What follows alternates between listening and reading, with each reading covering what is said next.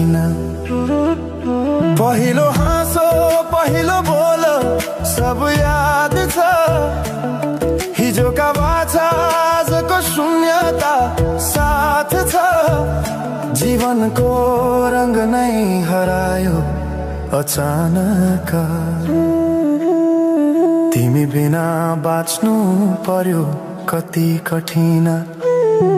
हावाको लहरमा सुन्छु तिम्रो आवाज, शून्य कोठामा प्रतिध्वनि जस्तो गाजा।